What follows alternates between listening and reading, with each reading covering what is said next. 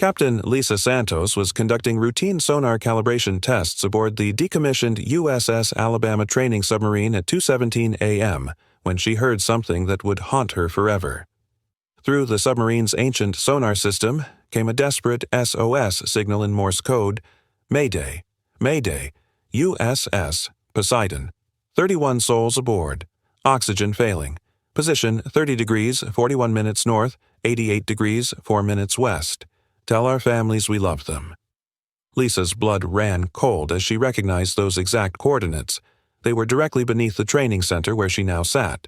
But according to all official records, no submarine named USS Poseidon had ever existed, and no training accident had occurred at this facility.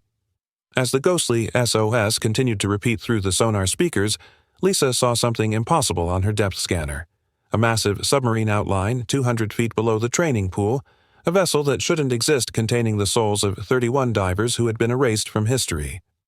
The spirits of these forgotten sailors were reaching out through decades of cover-up and military silence, desperately seeking someone who would finally tell the world their story and bring justice to their families who still didn't know the truth about their loved one's disappearance. Captain Lisa Santos was a 34-year-old former Navy submarine officer who had served 2 tours in the Pacific before transitioning to civilian maritime training. After earning her commercial diving certification and advanced underwater rescue credentials, she was hired by the Mobile Maritime Training Institute to oversee their decommissioned submarine training program. The institute, located on Mobile Bay in Alabama, used the retired USS Alabama submarine to train commercial divers, naval reservists, and emergency response teams. Lisa's expertise in submarine operations and underwater rescue made her the perfect candidate to modernize the facility's aging equipment and safety protocols. The USS Alabama training submarine had been converted from a World War II vessel into a stationary training platform in 1965, complete with diving pools, pressure chambers, and simulated emergency scenarios. What Lisa didn't know was that the facility had been built on top of one of the U.S. Navy's most closely guarded secrets, a classified submarine accident that had been completely erased from official records to protect national security interests during the height of the Cold War. On her first night working alone in the submarine, November 15, 2024, Lisa was familiarizing herself with the sonar and communication systems when she began detecting unusual underwater sounds. The hydrophones picked up what sounded like air bubbles escaping from a pressurized environment, and the passive sonar showed mysterious acoustic signatures coming from directly below the training facility. Initially, she assumed these were echoes or interference from Mobile Bay's shipping traffic, but the sounds followed a pattern too regular to be natural phenomena.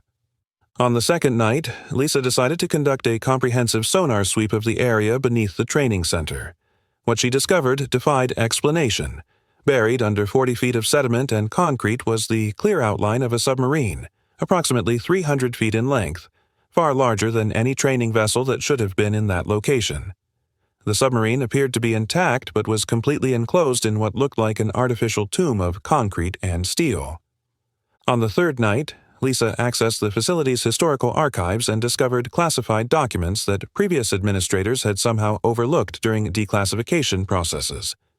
These documents revealed the existence of Project Deep Silence, a covert submarine testing program that operated from 1978 to 1985. The project involved experimental deep diving techniques and new underwater breathing apparatus designed for special operations missions during the Cold War. The classified files revealed that USS Poseidon was not an official Navy vessel, but rather a prototype submarine built by a private defense contractor for testing experimental diving equipment. The submarine was designed to reach unprecedented depths while carrying a crew of specialized divers who would test new atmospheric diving suits and underwater propulsion systems. The project was so classified that even most Navy personnel didn't know of its existence. On the fourth night, Lisa encountered the spirits of the 31 lost crew members.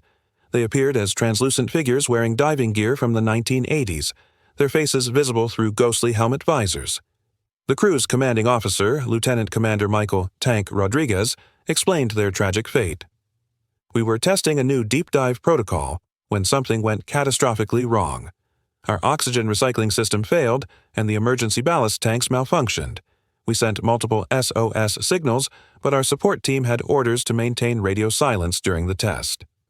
Lieutenant Commander Rodriguez revealed that the crew of USS Poseidon included the Navy's most elite divers, many of whom had families who were told that their loved ones had died in training accidents at various other locations. The families were given military honors and death benefits, but they were never told the true circumstances of their deaths or even that they had been working together on the same classified mission. Lisa learned that each crew member had been specially selected for Project Deep Silence based on their expertise and psychological profiles. There was Chief Petty Officer James Shark Thompson, an expert in underwater demolitions, Petty Officer Sarah Dive Martinez, one of the first female deep-sea specialists, and Seaman David Fish Chang, a communications expert who had developed new underwater communication protocols. Each had volunteered for the mission believing they were advancing underwater technology that would save lives in future rescue operations. The crew explained that when their emergency occurred on March 18, 1983, they managed to surface long enough to send distress signals before the submarine's weight distribution became critically unstable. Lieutenant Commander Rodriguez continued, "We radioed our exact coordinates and requested immediate rescue assistance. We could hear helicopters overhead, but instead of rescue teams, they sent recovery teams to salvage classified equipment while we slowly suffocated." The most heartbreaking revelation was that the crew had remained alive for over 18 hours after their initial distress call, long enough for a rescue operation to have been successful. However, military officials made the decision to classify the incident as a total loss and focus on recovering secret technology rather than saving lives. The crew listened helplessly as their oxygen depleted, while recovery divers worked to remove classified components from their failing submarine. Lisa discovered that after the crew died, the entire USS Poseidon was encased in concrete and buried beneath what would become the training facility. This served two purposes. It eliminated all physical evidence of the classified project, and it ensured that the crew's bodies would never be recovered for proper burial. The families were told that their loved ones' remains had been lost at sea during separate, unrelated incidents. On the fifth night, Lisa found Lieutenant Commander Rodriguez's personal log, which he had managed to record during their final hours. His last entry was devastating. Hour 16 since emergency began. Oxygen at critical levels. We can hear them working above us, but they're not trying to save us. Sarah passed out an hour ago. Fish is barely conscious. We tried everything. Emergency ballast, manual surface procedures, even attempted hull breach for emergency escape. Nothing worked. If anyone finds this recording, please tell our families we thought about them at the end. Tell them we died trying to make diving safer for future generations. Don't let our sacrifice be forgotten. The spirits revealed that they had been trying to communicate their story for over 40 years, but the facility's military-grade electromagnetic shielding had prevented their signals from reaching the surface. Only Lisa's advanced sonar equipment was sensitive enough to detect their supernatural SOS transmissions. They had been waiting decades for someone with the technical expertise and moral courage to expose the truth about Project Deep Silence. Lisa faced an enormous ethical dilemma. Exposing the truth about USS Poseidon would vindicate the crew and provide closure for their families, but it would also reveal classified information that could potentially compromise national security or ongoing military operations. Additionally, the evidence she had discovered might be considered stolen classified materials, putting her own freedom at risk. However, the spirits made a compelling case for disclosure. Chief Petty Officer Thompson explained, "The technology we died testing has been obsolete for decades. The Cold War is over.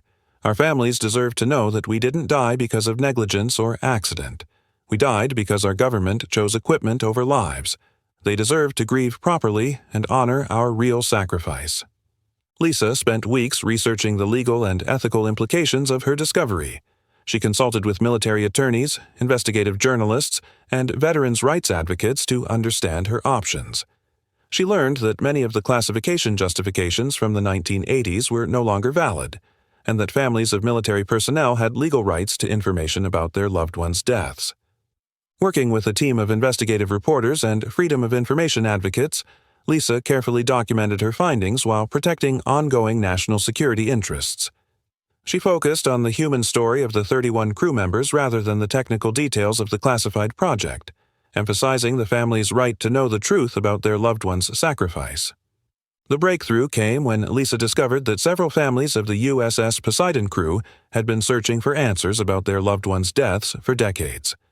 Sarah Martinez's sister had hired private investigators to look into inconsistencies in the official story of her death.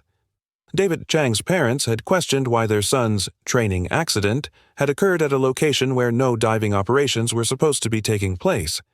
Lisa arranged to meet with these families privately, sharing her evidence and the spirit's messages while maintaining strict confidentiality about classified technical details. The families were devastated to learn the truth but grateful to finally understand what had really happened to their loved ones. Sarah Martinez's sister, Dr. Carmen Martinez Johnson, said, "We always knew something didn't add up about Sarah's death. She was too experienced and careful to die in a routine training accident. Knowing that she died serving her country in a meaningful mission, even if it was classified, gives us some peace." With the family's support, Lisa approached congressional representatives who specialized in veterans affairs and government oversight. Senator Patricia Williams of Alabama took up their cause, demanding a congressional investigation into Project Deep Silence and the cover-up of the USS Poseidon incident. The senator stated, "These families have suffered for 40 years not knowing the truth about their loved one's sacrifice. They deserve answers and proper recognition for their heroes." The congressional investigation led to the declassification of Project Deep Silence documents and official acknowledgement of the USS Poseidon crew's service and sacrifice. The Navy issued a formal apology to the families and announced plans to recover the submarine for proper burial of the crew members. Admiral Rebecca Foster, Chief of Naval Operations, said, "The crew of USS Poseidon served with distinction in advancing underwater technology that has saved countless lives in subsequent years. Their sacrifice should have been honored decades ago." The recovery operation to raise USS Poseidon became a massive undertaking involving Navy divers, marine archaeologists, and specialized equipment. Lisa served as a technical consultant for the operation, using her knowledge of the submarine's exact location and condition to guide the recovery efforts. The operation took 3 months to complete, but the submarine was successfully raised and the crew's remains were recovered for proper burial. Each of the 31 crew members was given full military honors at Arlington National Cemetery, with their families finally able to grieve properly and celebrate their loved ones' contributions to underwater safety technology. The ceremony was attended by hundreds of current and former Navy personnel who understood the significance of the crew's sacrifice for advancing diving and submarine safety. Lisa's role in exposing the truth about USS Poseidon made her a respected advocate for transparency in military operations and veterans' rights. She left her position at the training facility to establish the Deep Truth Foundation, an organization dedicated to helping families of military personnel obtain accurate information about classified operations and ensure proper recognition for service members whose contributions have been hidden by classification. The Mobile Maritime Training Institute was renamed the USS Poseidon Memorial Training Center in honor of the 31 crew members. Lisa returned as the center's director, overseeing a program that trains rescue divers and emphasizes the importance of putting human life above all other considerations in emergency situations. The spirits of the USS Poseidon crew appeared one final time to thank Lisa before finding peace. Lieutenant Commander Rodriguez's final message was, "You gave us what we wanted most, the chance for our families to know the truth and honor our real service. You've ensured that our sacrifice will help train future generations of rescue divers. We can finally rest knowing that our story will prevent other families from suffering the same uncertainty and pain that ours endured." Do you think Lisa made the right choice by exposing classified information to bring justice to the families, even though it could have compromised national security? Should military families always have the right to know the truth about their loved ones' deaths, regardless of classification levels?